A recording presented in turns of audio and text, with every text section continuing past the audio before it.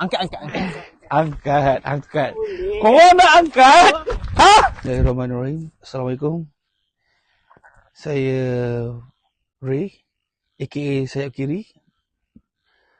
Pada malam ni saya nak sembang kisah seram yang bertajuk susuk.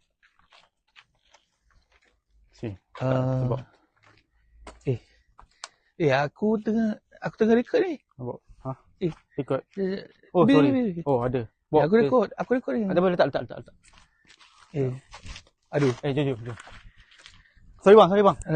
Okay. Kau nak gelak. Nanti kau nak set up semua belakang lagi, okay? Right. Pada malam ni aku nak cerita pasal susuk yang pernah terjadi dalam keluarga jiran aku lah. Kami memang rapat. Lepas tu macam mana dah datang seekor susuk kat sini. Hai.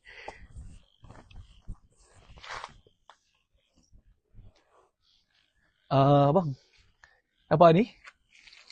Saya tengah buat rekod ni bang.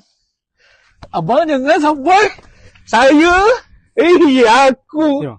Okay. Nasib ekor betul ke aku balik. Okay. Kalau tidak tadi. Sabar, dia nak rekod. Aku nak rekod ni. Bang, duduk. Aku nak rekod ni. Duduk. Mak, saya masuk TV. Akulah. Kau jangan kau layan sekali lagi. Kau lalu sendiri. Siap kau.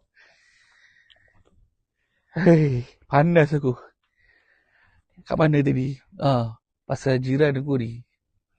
Jiran aku ni baik lah. Kami dengan mak ayah aku semua okey.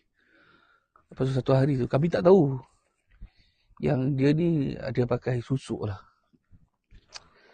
Lepas tu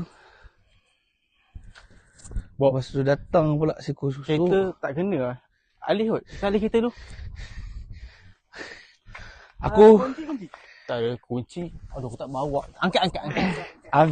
angkat. Korang nak angkat? Ha?